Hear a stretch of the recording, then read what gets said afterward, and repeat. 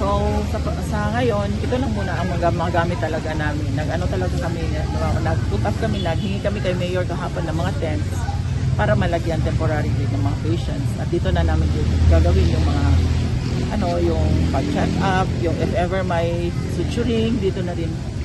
So, we have to make of this place sa ngayon.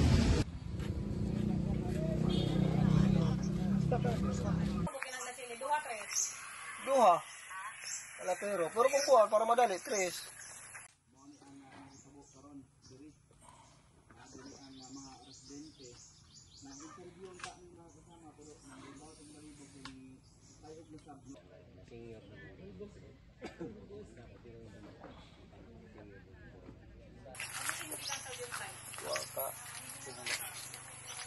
Yes, magkasama no live sa diri.